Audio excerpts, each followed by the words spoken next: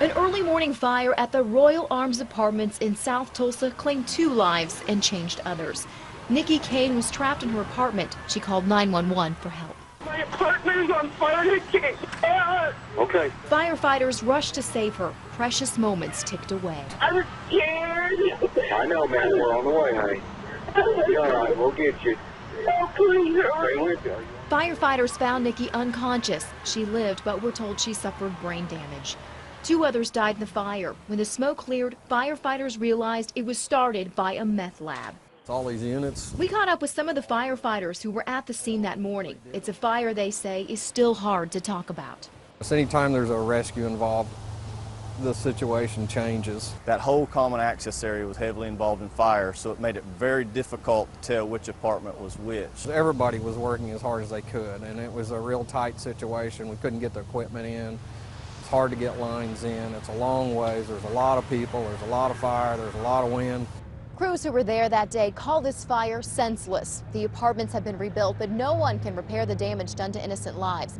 Firefighters say it shows the far-reaching impact of meth. But we just knew that the fact that it was a stinking big fire and there was a lot of people involved in it. And then when our first image of those people burn up, that was just, that won't leave us for a long time. I don't think it'll ever leave us as firemen when we see people like that. The risk goes up beyond apartment living. Just ask Philip Brotherton and his family. We realized that we needed a house to settle into, and we were looking through the market, and we came upon a good deal and thought we were getting a good deal. Philip Brotherton and his girlfriend Kara Powell bought this Midtown home when Kara was 7 months pregnant. Didn't take long for them to realize something was wrong. Kara started getting skin irritations. Then a neighbor told them that a meth lab had been busted in their home. Even though the law requires it, they say the seller never disclosed this. We finally had our house, we were getting everything together, everything set up, and we were excited about to start our family, and then we find out that, and we had to move back into my mom's house, live there for a little bit over a month, and so he's a newborn, and we're like staying at my mom's house, and it was just not how we pictured our family starting out. The Brotherton family spent more than $10,000 to make their home safe. That meant replacing all the attic insulation, the kitchen cabinets, and deep cleaning every surface. Because soft surfaces tend to soak up the toxins, Kara threw away all the baby clothes. So I was more concerned for him because I didn't know what kind of effect that could have on him. It was really, really scary. Once we find out how dirty your property is, then we can determine how we clean it.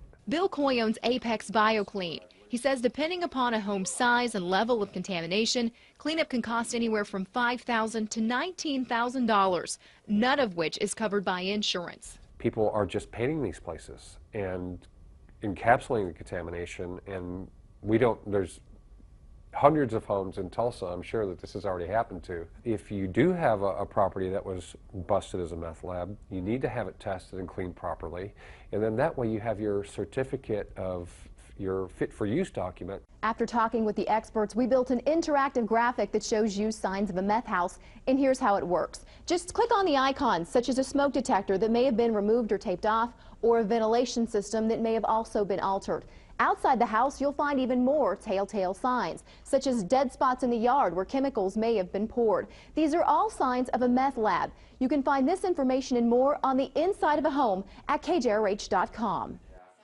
As for the Brotherton family, they finally feel safe in their home. And experts say no matter where you live, there are risks, all because of meth.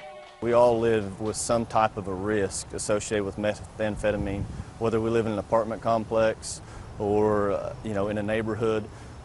The ripple effect that's caused by the hazards associated with it, we all live with that risk.